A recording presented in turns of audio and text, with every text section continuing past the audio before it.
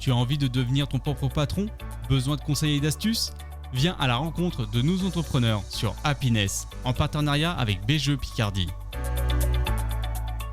Bonjour et bienvenue dans votre émission Nos entrepreneurs avec BGE Picardie. Bienvenue sur Happiness.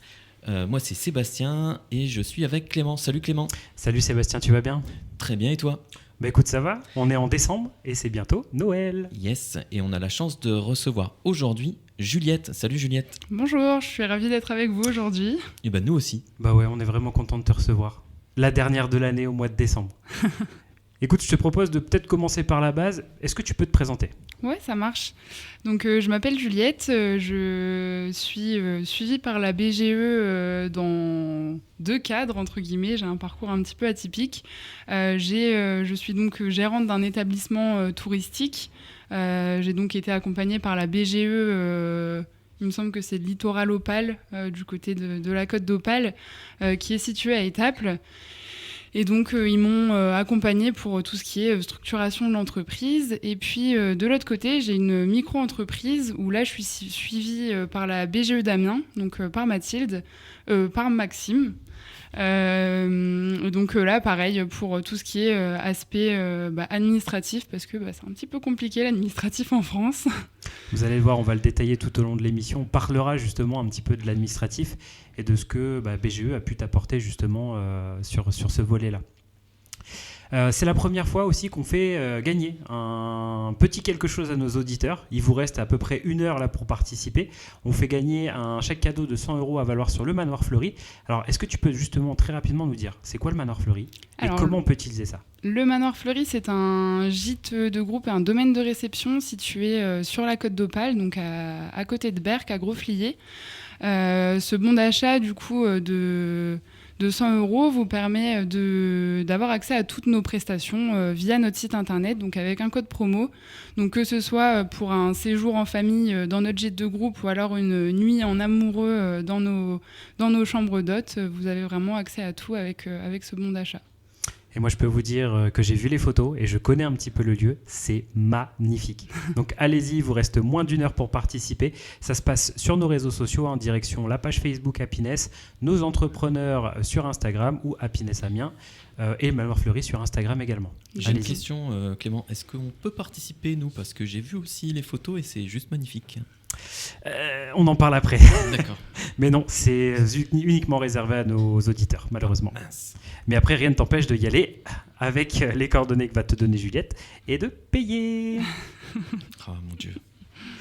Juliette, on revient à toi. On reparlera un petit peu du jeu concours tout à l'heure. Du coup, toi, tu as une micro-entreprise. Tu proposes quoi? Alors, je propose du coup d'accompagner les entrepreneurs locaux dans leur communication et dans le digital de manière générale, que ce soit pour la création de sites internet ou la gestion des réseaux sociaux en passant par la création de logos et de chartes graphiques. Donc voilà, mon objectif, c'est vraiment d'accompagner tous ces entrepreneurs locaux qui ont envie de se développer dans le digital, tout en ayant du coup un œil entre guillemets, de gérante d'une petite entreprise locale. Donc voilà. Et est-ce que tu as... c'est quelque chose que je demande souvent sur le monde un petit peu de la communication, du web design, enfin des réseaux, de l'internet. C'est est-ce que tu as une valeur ajoutée? Est-ce que tu as une petite patte à toi artistique, un univers ou quelque chose comme ça? Alors j'essaye de m'adapter surtout à l'univers du client parce que il faut que les réseaux sociaux et les sites internet soient cohérents. Mais moi, ce que j'aime bien, je pense que ça fait partie aussi de ma personnalité. J'aime bien tout ce qui est très carré. Quand tout est très cohérent, j'aime beaucoup. Donc ça, c'est quelque chose aussi que j'essaye de faire transparaître dans l'univers de mes clients. Ok. Concrètement, aujourd'hui, quand on te sollicite, généralement, c'est pourquoi? Beaucoup pour les sites internet. Beaucoup pour le site? Ouais. Et de plus en plus quand même pour les réseaux sociaux parce que en fait, je pense que tout le monde se rend compte que aujourd'hui, avec les réseaux sociaux, ça nous permet de faire notre pub entre guillemets gratuitement et donc de se faire connaître beaucoup plus facilement que par le bouche à oreille ou avec rien du tout, ou avec des flyers. Et tu vois, ça c'est une excellente question que moi j'aime bien rebondir là-dessus. C'est que tu l'as dit, aujourd'hui il y a de plus en plus d'outils qui permettent d'automatiser certaines choses ou de le faire soi-même. Pour toi aujourd'hui, comment tu pourrais vendre ton activité en disant non mais attention, il y a des choses qu'effectivement oui vous pouvez faire vous-même, mais là vous avez peut-être besoin d'un pro. La différence, ça va se jouer où et comment toi tu t'aborderais le sujet? Alors la différence surtout, elle se fait par entre guillemets le professionnalisme, parce que moi du coup c'est mon métier, donc tout ce qui est veille sur les réseaux, etc. Je suis au courant de toutes les dernières nouveautés entre guillemets. Pareil pour les sites internet. Les sites internet, il y a des codes à connaître, il y a des choses à faire entre guillemets de manière conventionnelle, et ça c'est super important pour pas perdre justement les potentiels clients. Et comment faire son choix parmi les professionnels, puisqu'on peut avoir des grosses sociétés, des indépendants comme toi. Comment choisir son professionnel qui va nous accompagner pour réaliser un site internet, par exemple? Alors je pense que ça dépend, il y a déjà une part budget, parce que selon les entreprises à qui on s'adresse, si on va faire appel à une grosse agence de com, les tarifs sont pas forcément les mêmes qu'un petit indépendant. Et moi ce que j'aime surtout c'est la qualité du relationnel plutôt que la quantité au niveau des clients. Donc moi je sais que je fais très attention à ça, et il faut que l'univers du client me parle pour que moi je puisse aussi adhérer à son projet. Et ça pour moi c'est hyper important, parce que si on a en face de soi un professionnel de la communication qui comprend pas ce qu'on fait et qui n'est pas aussi en accord avec notre univers, c'est un peu compliqué du coup de faire transparaître ce qu'on veut sur les réseaux via une personne qui nous comprend pas. Et toi, ça peut t'arriver de refuser de travailler avec quelqu'un parce que tu te sens pas inspiré par son projet? Ouais, ça m'est arrivé une fois de dire non à un client, un potentiel client pour un site internet, parce que en fait on n'était pas du tout sur la même longueur d'onde. Lui, il voulait des choses que j'approuvais pas forcément en termes de design, et on n'a pas réussi à trouver un terrain d'entente, donc j'ai préféré lui dire non plutôt que de fournir un travail qui ne lui aurait pas plu et ne m'aurait pas plu non plus. De moindre qualité, effectivement. Exactement. Et j'ai une question, parce que je sens rentrer peut-être dans le technique un petit peu des sites, mais est-ce que tu vas travailler sur tous les outils? C'est-à-dire, est-ce que tu vas faire du WordPress? Est-ce que tu vas faire du codage? Est-ce que tu vas utiliser des outils comme Wix ou des choses comme ça? Est-ce que tu es compétent sur tout ça? Ou alors tu as un template qui est prédéfini? Alors moi, je travaille beaucoup sur WordPress, donc pour les sites vitrines, pour la simple raison que finalement, avec WordPress, on peut tout faire. Il y a énormément de plugins qui existent et qui nous permettent de faire de très belles choses. Et puis également, par rapport au référencement naturel, WordPress nous permet de faire aussi de très belles choses et de pouvoir remonter très facilement sur Google. Donc voilà, pour moi, c'est surtout du WordPress. Et du coup, dans ton accompagnement à la construction, tu as aussi bien la construction du site que le travail de référencement derrière, la gestion des mots, des textes, etc. pour le référencement? Ouais. Ça est inclus? Alors, c'est une prestation que je propose en plus, parce que y a certaines personnes qui veulent faire les textes eux-mêmes. Mais par contre, oui, je peux très bien les accompagner et ou rédiger les textes à partir de leurs informations pour justement faire en sorte d'avoir un maximum de mots pour le référencement Google. Et justement, moi j'ai une question, mais très personnelle par rapport à ça. Je me dis, aujourd'hui, avec la masse de sites internet qu'il peut y avoir sur la planète, est-ce qu'on arrive vraiment quand on crée une activité, à vraiment se faire bien référencer et à monter dans le classement, où c'est très très compliqué? Parce que je me dis toujours, peu importe le type d'activité qu'on porte, on a des mastodontes à côté de nous. Donc c'est très difficile de passer devant eux. Est-ce que toi, tu aurais quelle réponse à apporter à ça? Alors c'est très difficile, oui et non, parce que effectivement, si par exemple tu tapes sur internet basket de sport, tu vas certainement tomber sur Nike ou Puma ou Reebok ou que sais-je, et toi du coup tu vas forcément passer un petit peu plus à la trappe, mais par contre toi tu peux faire ta différence sur le référencement local. Et donc là par exemple, si tu as une marque de chaussures de sport, tu vas venir chercher des mots comme chaussures de sport made in France, chaussures de sport dans les Hauts-de-France, et en fait c'est là où tu vas venir te démarquer et venir chercher des clients locaux finalement. Parce que oui, effectivement, à l'échelle nationale et internationale, bonne chance pour passer au-dessus de Nike. Non, mais c'est pour ça. Donc du coup, il y a plutôt une stratégie de proximité. Exactement, par rapport à ça. Donc vous l'aurez compris, si vous voulez apparaître sur le référencement Google, allez voir Juliette, elle va vous faire ça. Et alors justement, ton lien peut-être avec le Manoir Fleuri, où on a dit en introduction d'émission qu'il y avait un jeu concours. Là, on parle de ta micro-entreprise. C'est quoi le lien entre les deux ? Alors, le Manoir Fleuri, c'est surtout l'entreprise qui m'a permis de me lancer dans la com, puisque, en fait, initialement, j'ai pris la gestion de l'entreprise, donc qui est une entreprise familiale. C'est un domaine qui a été acheté par mes parents. Et il fallait quelqu'un à la tête de cette entreprise. Et moi, je ne savais pas quoi faire. Donc, mes parents m'ont proposé justement de prendre la gestion. Et donc, à partir de ce moment-là, j'ai commencé à gérer à peu près tout, dont les réseaux sociaux. Et en fait, c'est le fait de gérer les réseaux sociaux, de créer le site internet, etc., qui m'a plu.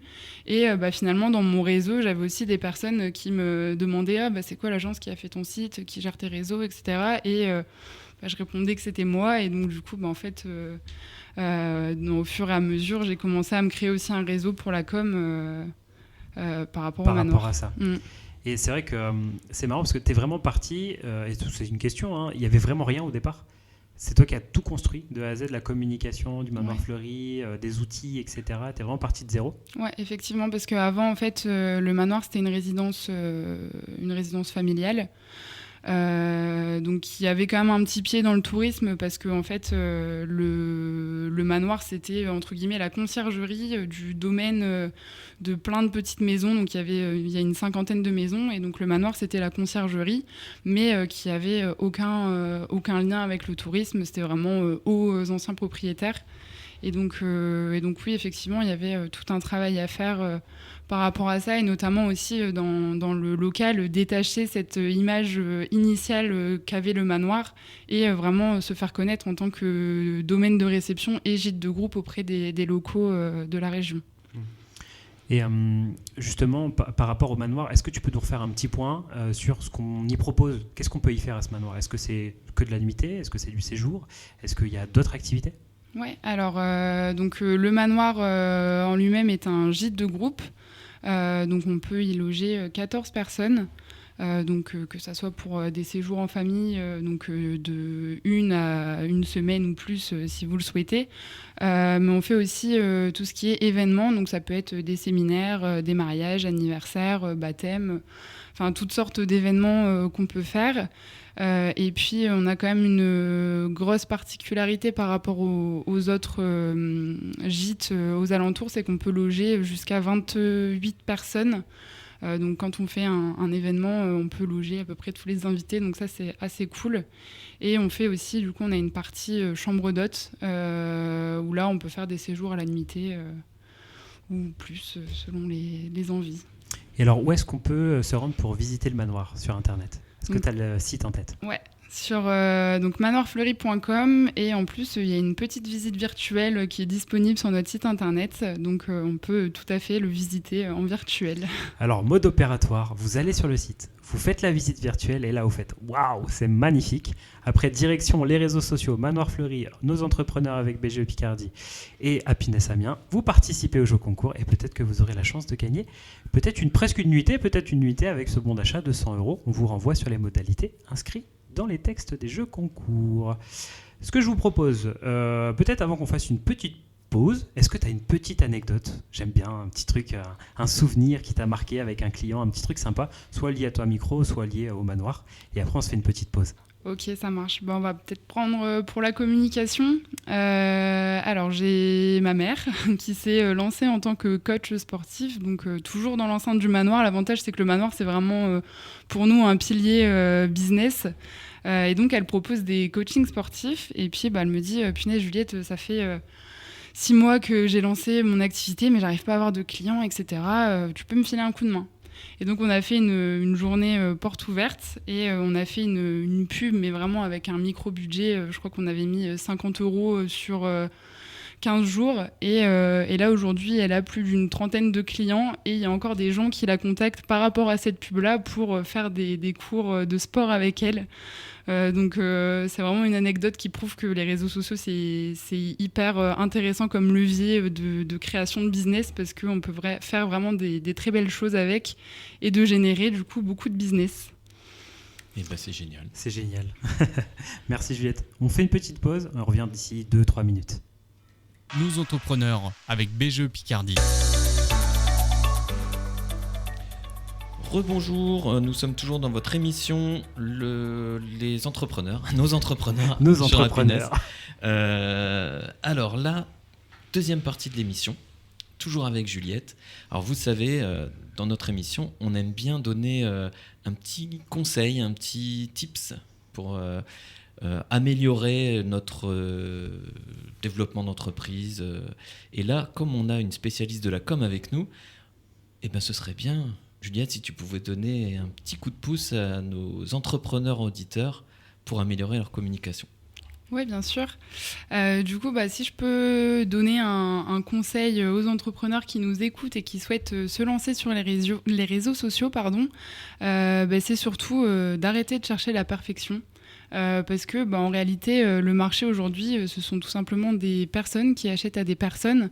Et donc, ces personnes-là, en fait, recherchent l'authenticité et la sincérité dans nos posts Instagram plutôt que des posts hyper bien parfaits et vraiment très carrés, parfaits, etc. Donc, vraiment, prenez votre téléphone, prenez en photo votre atelier, votre bureau, vous en rendez-vous client, en train de travailler et postez tout simplement ça sans vouloir chercher vraiment la perfection. Voilà. Mais je suis assez d'accord avec ça. Je sais pas ce que tu en penses, Sébastien, mais c'est vrai que chez BGE, on conseille un petit peu sur la partie post-créa, sur la gestion des réseaux, etc. Et souvent, on leur dit, mais on a besoin de remettre de l'humain, on a besoin en fait de proximité, les gens ont besoin d'avoir confiance, de lever certains freins psychologiques. Et je trouve que on est bien en phase avec ce que tu viens de dire en disant, pas de trucs trop formatés, classiques, mettez un peu d'humain, mettez un peu de chaleur et allez-y, quoi. Exactement, et tu as dit les termes, les personnes pour acheter, ils ont besoin d'avoir confiance. Et l'authenticité, c'est ça qui donne confiance. Tout en restant pro. Exactement. Il ne faut pas que ça fasse non plus amateur, mais en fait, il faut donner confiance tout en étant authentique. Faut pas mettre que les photos de ses chats, quoi. C'est de mettre autre chose. Pas très On vendeur. n'est même pas obligé de les mettre. Au pire, on fait un petit montage, mais quand même. Dis-moi, tu sais que sur la partie 2 de cette émission, on est sur le parcours de l'entrepreneur. J'ai une phrase que je dis tous les mois et que j'adore dire, et je pense que Sébastien l'attend. Dis-le. C'est on n'est pas entrepreneur, on le devient. Et du coup, toi, c'est quoi ton parcours scolaire et professionnel avant de te lancer dans tout ça ? Alors, mon parcours scolaire qui est assez atypique parce qu'en fait, à la base, après mon bac, je voulais devenir expert comptable. Donc, comme vous pouvez le voir, c'est absolument pas ce qui s'est passé. Il y a un peu de compta quand même. Un petit peu quand même. Donc, j'ai commencé par faire un DCG, donc un diplôme de comptabilité-gestion, puis un master CCA, donc pour pouvoir prétendre faire le doctorat. Sauf que après 3 ans en cabinet, je me suis rendu compte que la comptabilité, c'était pas fait pour moi. Rester sur mon ordinateur toute la journée à rentrer des chiffres, c'était vraiment pas ce que je voulais faire de ma vie. Et donc, j'ai eu l'opportunité de prendre la gestion du manoir. Donc ça s'est plutôt bien ficelé finalement. Et donc... Mais est-ce que juste avant de prendre la gestion du manoir, est-ce que tu avais déjà une affinité particulière à dire je suis créative, je fais du dessin est-ce qu'il y avait déjà une appétence par rapport à ça ou pas ? Pas forcément. Ça, j'ai vraiment eu mon déclic avec le manoir. En fait, moi, je suis quelqu'un de très borné et j'avais en tête de devenir expert comptable. Donc, j'avais mes œillères et je fonçais tout droit jusqu'au parcours, jusqu'au jour où j'ai ouvert les yeux et je me suis dit, non, ça va pas, je peux pas rester comme ça, c'est pas possible. Et j'ai toujours eu ici quand même envie d'être libre et de pouvoir être mon propre patron. Notamment parce que j'ai aussi des parents qui sont entrepreneurs, donc ils m'ont montré un petit peu l'exemple dans cette voie-là. Mais est-ce que la comptabilité, c'est pas utile aussi quand on est entrepreneur ? Ah, c'est très utile. Ça me donne des très bonnes bases. Et même pour mes clients en communication, c'est aussi un vrai atout parce que on peut parler du coup de retour sur investissement, de bilan et de chiffres. Ça permet aussi de rassurer les clients dans ce sens-là quand je leur expose un petit peu mon parcours. Ouais, ça c'est super important, on ne le dit pas assez, mais un entrepreneur doit savoir lire un bilan, c'est la base. Ouais. Non, c'est clair. Et alors, tu as dit un truc intéressant, c'est que tu étais borné, t'avançais, autoroute, et à un moment, tu dis, bam, non, c'est pas pour moi. C'était quoi ce petit déclic ? Qu'est-ce qui a fait que tu t'es dit, changement complet? Alors honnêtement, c'est quand j'ai terminé mon alternance et qu'on m'a proposé un CDI au SMIC et je me suis dit attends, est-ce que c'est vraiment ce que je veux? Est-ce que c'est vraiment ce que je vaux? Et là du coup grosse remise en question et donc c'est de là où je me suis dit non, faut que ça change, faut que ça bouge, c'est pas du tout fait pour moi. Plus par rapport au salaire ou à l'activité? Alors, il y avait une partie de salaire parce que je m'étais dit quand même avec un master, je peux quand même prétendre à un salaire un petit peu plus que le SMIC. J'ai quand même travaillé pour ça. Et puis, il y avait aussi tout ce côté, la routine, travailler de 8h jusqu'à 19h sans lever la tête du guidon toute la journée. À un moment donné, ça va quoi. Et tu t'es dit, est-ce que je ne serais pas mon propre comptable en fait? Exactement. C'est ça. Mais tu aurais pu justement, et ça peut être une question intéressante, ça utiliser justement ce savoir-faire en disant je vais créer une entreprise indépendante où je vais peut-être faire un peu de comptabilité, des choses comme ça. Mais non, t'es parti sur autre chose. Exactement. Bon, je pense que c'est une question que je pose souvent, mais le soutien de la famille par rapport à ce projet, là je te la pose même pas cette question parce qu'avec des parents entrepreneurs qui avaient besoin d'un coup de main, c'était tracé quoi. Exactement. Tu t'es dit allez, j'y vais. Ouais. Et même là aujourd'hui, du coup, avec mon agence de communication, j'ai vraiment un soutien, que ça soit de la part de mes parents que de la part de ma sœur. Vraiment, par rapport à ça, on est vraiment soudés et c'est ça qui est cool aussi. Ça nous a permis de nous rapprocher aussi finalement cette histoire entrepreneuriale, familiale. C'est aussi assez sympa ce côté-là. Parce que là, il y a toute la famille du coup qui gère le manoir. Alors non, pas vraiment, parce que du coup, ma mère et mon père travaillent à côté et ma sœur également.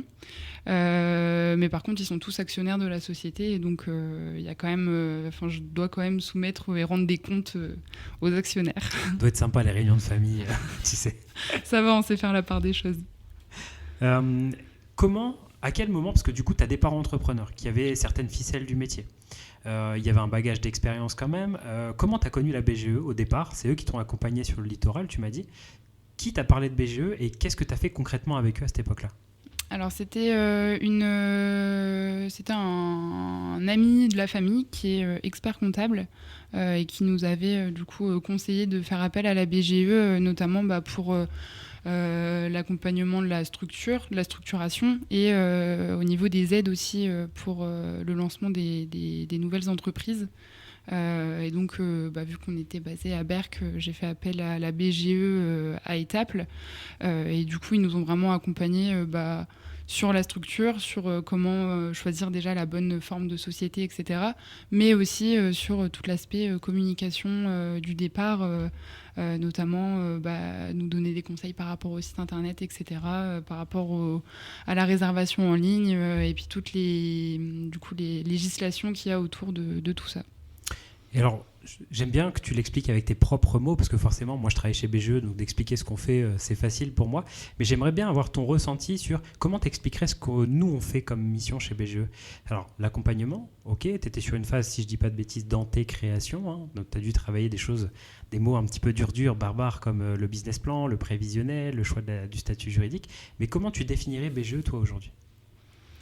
La BGE, je la définirais un petit peu comme une maison de conseil parce que même encore aujourd'hui, par rapport à ma micro-entreprise, ma conseillère Maxime, je l'appelle encore assez souvent quand j'ai des problèmes, là notamment avec la CFE.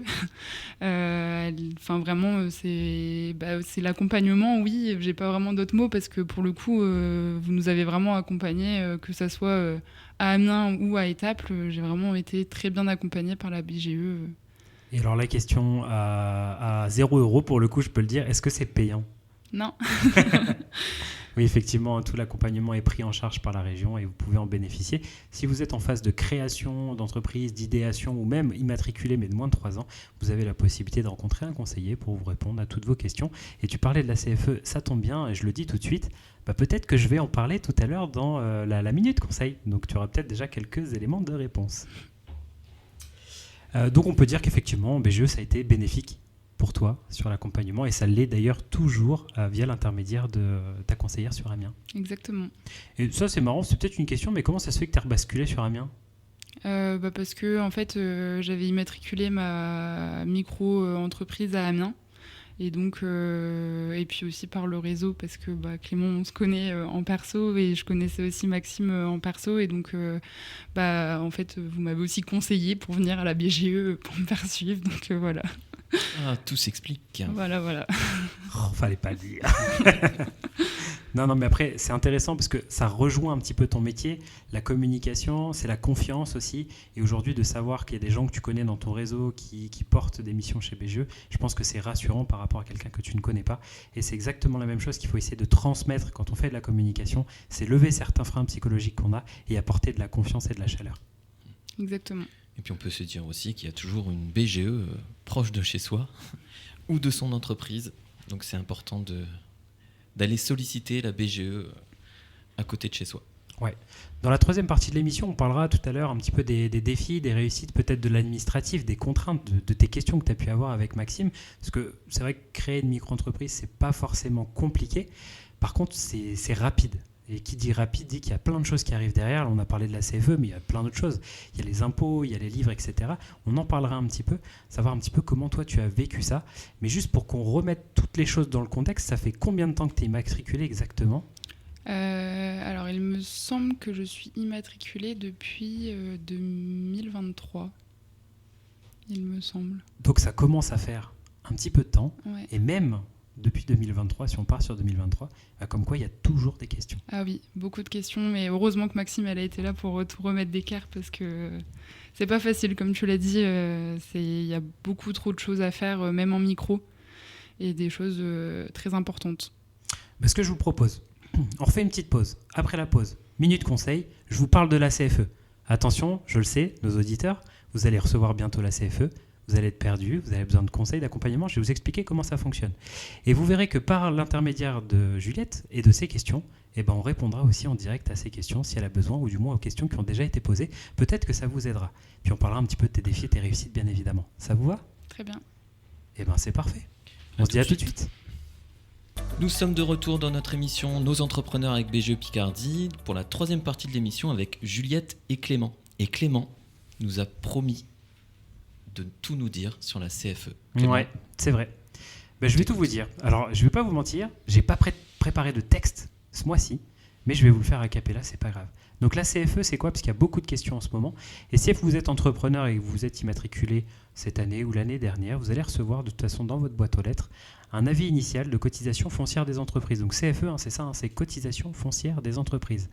C'est une taxe que vous devez payer et qui est calculée sur le chiffre d'affaires de l'année N-2. Alors vous allez me dire, oui, je me suis immatriculé cette année ou l'année dernière, mais attention, il y a une particularité. C'est que c'est sur l'année N-2. Par contre, si c'est votre première année, que vous êtes immatriculé au cours de l'année, vous devez juste déclarer un petit peu votre établissement. Que vous ayez d'ailleurs un local ou pas. Petit formulaire à remplir, on vous demande de où vous travaillez. La superficie, c'est-à-dire que même si vous travaillez à domicile, il faut admettre qu'aux impôts, il faut leur dire, voilà, moi j'ai un bureau, un coin de table, c'est 1 mètre carré, c'est là où je fais mon administratif, mon pro.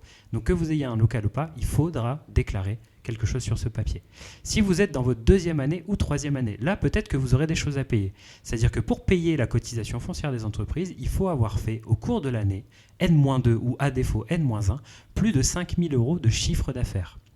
J'explique, si vous êtes immatriculé par exemple en fin d'année, on va dire en novembre, vous avez travaillé novembre-décembre, ils vont prendre le chiffre d'affaires novembre-décembre. Ça va vous donner, par exemple, vous avez fait 1 000 € en novembre, 1 000 € en décembre, vous allez faire 2 000 €. Ils vont le diviser donc par 2 mois d'activité, donc 1 000 € en moyenne par mois. Ils vont le multiplier par 12, donc aux projections annuelles, vous serez à 12 000. Donc à partir de là, vous dépassez le plafond des 5 000 € annuellement et vous pourrez effectivement payer de la CFE. Donc première année, on n'en paye pas. Deuxième année, on prend à défaut les chiffres d'affaires de l'année d'avant, mais vous avez une réduction de 50% sur votre CFE. Et à partir du coup de la deuxième année, là vous êtes à taux plein sur les chiffres d'affaires de votre première année. Bien évidemment, il existe des modalités pour ne pas payer la CFE, notamment qu'on travaille avec ses mains quand on est artisan. Mais si vous voulez plus de renseignements, je ferai un petit post sur Instagram avec toutes les conditions nécessaires. Donc n'hésitez pas à nous suivre sur Nos Entrepreneurs. Et si vous avez besoin vraiment, vous avez une situation particulière, on fait des ateliers chez BGE Picardie. Vous avez 3 ateliers gratuits. Et là, le prochain atelier, c'est vendredi matin de 9h à midi. Et c'est moi à la manette qui animerai cet atelier. Et c'est totalement gratuit. Donc n'hésitez pas à aller vous rendre sur le site de BGE Picardie. Vous allez avoir un petit formulaire de contact. Vous dites que vous êtes intéressé pour rejoindre l'atelier cotisation foncière des entreprises. Et vous aurez les réponses à toutes vos questions pendant cet atelier. Voilà à peu près sur ce que j'avais à vous dire. Si, petite précision quand même, la CFE, c'est sur le compte pro des impôts. Ça n'a rien à voir avec l'URSSAF.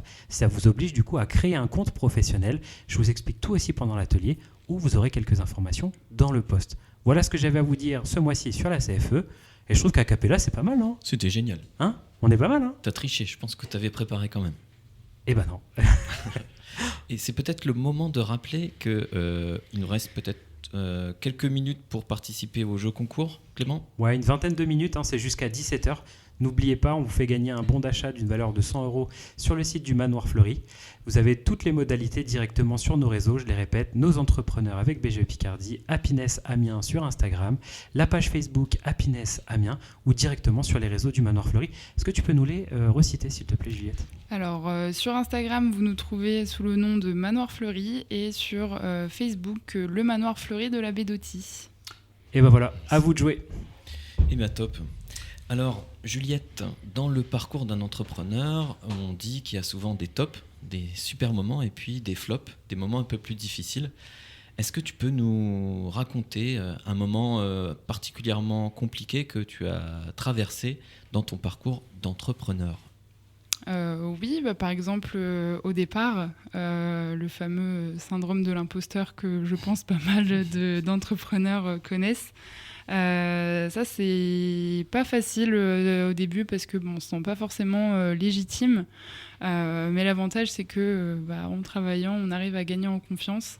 Et aujourd'hui, je pense que ça va un petit peu mieux. Bon, il revient toujours de temps en temps, mais je pense qu'il faut faire avec.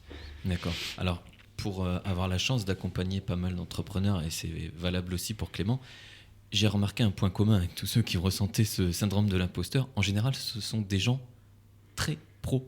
C'est-à-dire que justement, le fait de ne pas se sentir légitime, ça force un petit peu à travailler davantage et à se surpasser pour progresser. Et en général, ça fonctionne plutôt bien. Celui qui part avec des idées reçues et des certitudes plein la tête, en général, il se prend un mur et ça pique. Voilà. Effectivement. Et c'est ça qui nous pousse aussi à toujours nous former. Du coup, c'est ça aussi qui m'a poussé à faire un master en marketing digital en plus. Donc c'est pour ça que c'est aussi cool d'un côté parce que en fait, on est toujours là en train de travailler, de se former et ça nous permet d'apporter encore plus de connaissances à nos clients. Et du coup, à l'inverse, j'aime bien, parce que là, on a parlé d'un cas spécifique, mais est-ce qu'il y a un moment, toi, sur ton parcours, tu t'es dit « Ah, là, j'ai fait le bon choix, là, je suis content, c'est une vraie satisfaction personnelle ». Ouais, plusieurs fois. Déjà, en fait, quand on a le retour d'avis clients qui nous disent qu'ils sont super satisfaits de ce qu'on a fait, là, je me conforte dans l'idée que, ok, c'est cool, je suis sur la bonne voie et c'est hyper satisfaisant aussi parce que, au final, même les clients en soi, ils se rendent pas compte de tout le travail qu'on a fait derrière parce que eux, par exemple, on leur livre un site. C'est une semaine, 2 semaines de boulot. Sauf que derrière, il y a 1 ou 2 ans de formation qui nous permettent de faire le site, entre guillemets, de leurs rêves. Alors, tu sais, je souris un petit peu, là j'ai un petit rictus parce que je me dis, il y a des auditeurs qui se disent « Oh, mais ça a l'air bien ce qu'elle fait Juliette, j'ai envie de voir, etc. Est-ce qu'elle pourrait pas donner ses réseaux ou un truc comme ça ?» Eh ben non, c'est pas possible. Parce que Juliette est un peu un ovni dans l'entrepreneuriat, mais c'est très intéressant qu'on vous en parle cet après-midi dans nos entrepreneurs. Tu n'as pas de site, tu n'as pas de réseau. Non. Et tu n'as pas de nom d'entreprise. Non plus. C'est juste Juliette. Voilà, c'est exactement. Moi. Donc vous inquiétez pas, on vous dira quand même comment contacter Juliette d'ici quelques minutes ou à la fin de l'émission. Mais c'est un super partage. Pourquoi toi aujourd'hui, c'est pas une priorité ? C'est-à-dire comment les gens sont venus à trouver tes coordonnées, comment tu peux fonctionner alors que tu n'as pas tous ces outils, alors que généralement nous, quand on reçoit des gens en rendez-vous, on nous dit « Ah mais moi je veux faire ma carte de visite, mon site internet, c'est vraiment important ». Aujourd'hui, en fait, ce qui me fait fonctionner, c'est mon réseau que j'ai construit grâce au manoir. Et donc, aujourd'hui, en fait, avec mon réseau et le réseau de mon réseau, j'ai même pas le temps de faire mon site internet et de gérer mes réseaux sociaux. Si je peux vous donner un conseil, du coup, c'est vraiment quand vous vous lancez, parlez-en à votre entourage, parlez-en autour de vous, parce que vos premiers clients sont peut-être juste en dessous de vos yeux et vous les avez même pas encore vus. Et c'est là où je voulais en venir, parce que je trouve que c'est vraiment important et les gens le sous-estiment beaucoup. L'entrepreneuriat, c'est vous, le premier commercial de l'entreprise. Il faut aller au contact des gens, il faut communiquer sur cette entreprise. Et effectivement, les réseaux, c'est un coup de pouce, c'est de la visibilité gratuite, mais ce n'est pas l'élément le plus important à mon sens. C'est vraiment de cultiver ce réseau. Donc sortez, allez dans des clubs d'entrepreneurs. Je ne sais pas si tu as déjà assisté à des événements du BGE Club. Non, j'avais été invitée plusieurs fois, mais malheureusement j'étais prise. Et ben ça sera pour la prochaine fois. Exactement. Mais en tout cas, il faut être au contact de ces réseaux, et c'est l'effet un peu boule de neige du bouche-oreille qu'on entend souvent. Il faut sortir de chez soi, c'est important. Et là, tu me disais avant l'émission en off, je fais l'émission et après, j'ai rendez-vous avec un client. Donc aujourd'hui, il ne faut pas se cacher derrière son ordinateur en attendant que ça arrive en disant je fais mes 2 posts par semaine et je publie un petit peu et j'attends. Non, il y a quand même une grosse démarche de prospection et de mise en avant. Exactement. Surtout qu'il y a quand même de plus en plus de saturation sur les réseaux sociaux. On peut voir énormément de posts chaque jour, chaque semaine, et donc on revient de plus en plus au lien humain. Comme tu disais Clément, il y a le BGE Club, il y a des clubs d'entreprise, il y a Catalyse aussi qui fait ses soirées cacahuètes le premier mardi du mois à partir de 17h30 au QG d'Henriette à Amiens, aux petites pubs au passage. Mais c'est très important en fait de cultiver ce réseau et d'aller chercher et de rencontrer des gens qu'on n'est pas habitué à rencontrer, et ça c'est hyper important. Exactement. Et d'un autre côté, ça nous fait aussi sortir de notre zone de confort. Et finalement, quand on l'a fait, en fait, on est super content de l'avoir fait parce que on a fait des choses dont on n'était pas habitué. Et puis, en plus, si ça nous rapporte du business, c'est encore mieux. J'aimerais que tu nous racontes la première fois que tu as fait un logo pour quelqu'un d'autre. Qu'est-ce que tu as ressenti ? Est-ce que tu avais peur de le présenter ? J'aimerais que tu nous racontes un peu cette expérience. Alors, la première fois que j'ai fait un logo autre que celui du manoir, parce que sinon... C'est triché. Exactement. C'était pour une chambre d'hôte. Donc, finalement, c'est resté un petit peu dans mon domaine. Et j'ai trouvé ça hyper intéressant parce que, en fait, pour créer un logo, la première étape, c'est d'apprendre à connaître la personne et de savoir l'ADN qu'il veut transmettre en fait par rapport à son logo. Et donc on était allé boire un café, donc c'était avec une dame, et puis elle m'a raconté toute l'histoire, donc des histoires vraiment trop mignonnes avec leur fille qui avait vu plein de coccinelles partout dans la maison, et donc du coup c'est resté un petit peu le symbole. Et donc j'ai travaillé sur le logo, et en fait j'avais pas du tout peur de lui envoyer, mais j'avais surtout hâte d'avoir son retour parce que j'étais persuadée d'avoir trouvé ce qu'il lui fallait et pas manqué du premier coup. On n'a même pas eu besoin de changement, etc. Du premier coup, le logo lui avait plu et c'était super cool comme expérience. D'accord. Et tu veux pas dire le nom, non ? C'est peut-être un concurrent, je sais pas. Non, c'est pas un concurrent, mais l'entreprise, elle est pas encore lancée. Donc, ça sera pour bientôt. Exactement. Et inversement, est-ce que tu as déjà fait un logo ou que tu as dû reprendre parce que ça correspondait pas Non, ça m'est pas encore arrivé pour le moment. Bon, après, il y a toujours des ajustements à faire, oui. Mais pour le coup, vu qu'on passe par une première phase où on communique, du coup, on discute, et moi, je pose aussi beaucoup de questions pour être sûre de partir sur la bonne lancée. Et puis, généralement, au rendez-vous, j'ai aussi tout de suite des idées qui me viennent, etc. Donc du coup, ça va. Okay. Je pense à quelque chose, parce que depuis tout à l'heure, on parle de création. C'est-à-dire qu'on part de rien, on part d'une idée, on crée quelque chose via l'intermédiaire de Juliette. Mais est-ce que si demain on a déjà des produits, on a déjà des logos, on a déjà un site, tu peux diagnostiquer, tu peux repasser derrière ? Oui, bien sûr. En plus, j'en profite du coup pour faire ma petite pub. Si vous avez déjà un site internet, moi je vous offre un audit. D'ailleurs, site internet ou réseaux sociaux, je vous offre un audit digital pour vous dire ce que vous pouvez améliorer, ce qui ne va pas, ce qui fonctionne, pour vous permettre du coup de faire un point sur votre visibilité digitale de manière générale. Et ben pour les auditeurs là qui sont intéressés, qui viennent de nous rejoindre en disant mais c'est qui cette Juliette, ça a l'air très intéressant. Ce que je vous propose, nous on se met une petite musique, on fait une petite pause, on revient et là on fait pitcher Juliette, comme ça elle nous récape l'intégralité de ce qu'elle propose et à qui. Et on se dit dans 3 minutes. Ça vous va? Très Tout de suite. À tout de suite. Entrepreneurs avec BGE Picardie. Nous sommes de retour dans notre émission Vos entrepreneurs, nos entrepreneurs avec BGE Picardie. Décidément, j'ai du mal aujourd'hui sur Happiness. Donc, on arrive dans notre dernière partie d'émission. Et ouais, c'est fini. Bientôt. Avec Juliette. Toujours là. Super. Donc, dernière partie d'émission, c'est le moment, Juliette, où tu vas nous faire ton petit pitch pour tout nous dire sur ton entreprise. Alors, pour tout résumer, donc du coup, j'accompagne les entrepreneurs locaux dans le digital, donc que ça soit pour les réseaux sociaux ou pour les sites internet. J'accompagne ces entrepreneurs-là pour les faire connaître et les faire gagner en visibilité.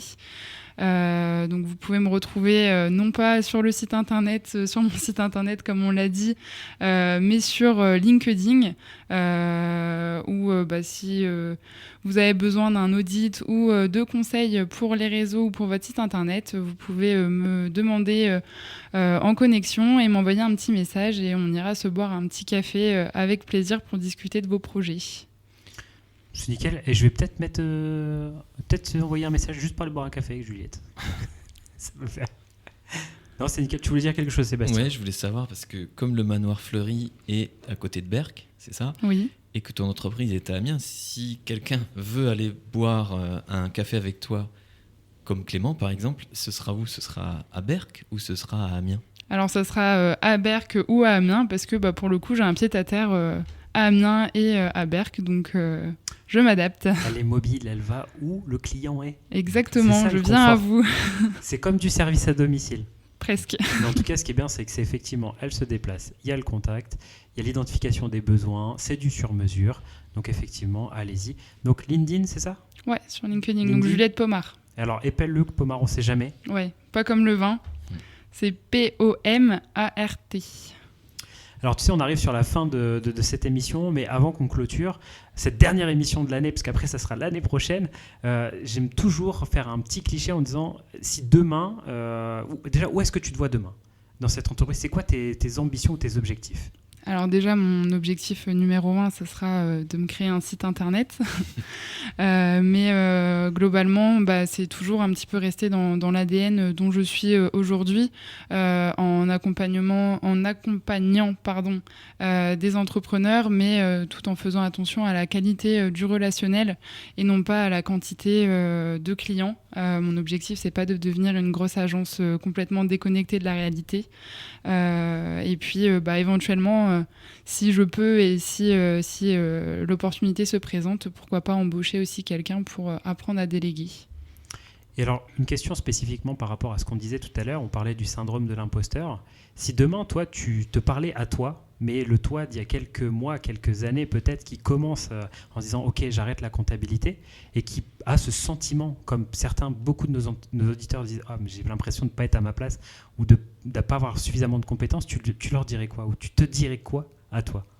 Alors moi je me dirais forme-toi parce que finalement la confiance elle vient en prenant en compétence, enfin en tout cas pour moi ça a fonctionné comme ça. En fait dès que je sens une lacune quelque part je travaille, j'apprends, donc après peut-être que je suis un petit peu acharnée et un petit peu débile là-dessus, mais ça permet de gagner en confiance et au moins quand on sait de quoi on parle ça nous permet aussi de faire taire cette petite voix qu'on a dans la tête. Ça nous fait du bien, en tout cas. Exactement. Non, bah, c'est top. Bah, écoute, vraiment merci Juliette d'avoir été avec nous aujourd'hui, d'avoir répondu présente et d'avoir partagé un petit peu toute ton expérience. Merci encore à toi Sébastien. Merci à toi Clément. Et surtout, n'oubliez pas, il reste 2-3 minutes pour le jeu concours, pour avoir une chance de gagner un bon de 100 € à valoir sur le site du Manoir Fleuri. Donc allez-y, on va faire le tirage là juste après l'émission et tout ça, ça va se passer directement sur nos réseaux. Donc pour rappel, direction Nos Entrepreneurs sur Instagram, Happiness Amiens sur Instagram ou sur Facebook, vous aurez également le résultat. Et directement sur les réseaux du Manoir. Réseau du Manoir ? Alors, sur Instagram, Manoir Fleuri et sur Facebook, le Manoir Fleuri de la baie d'Auty. Donc on se donne rendez-vous dans quelques minutes sur les réseaux pour faire le tirage.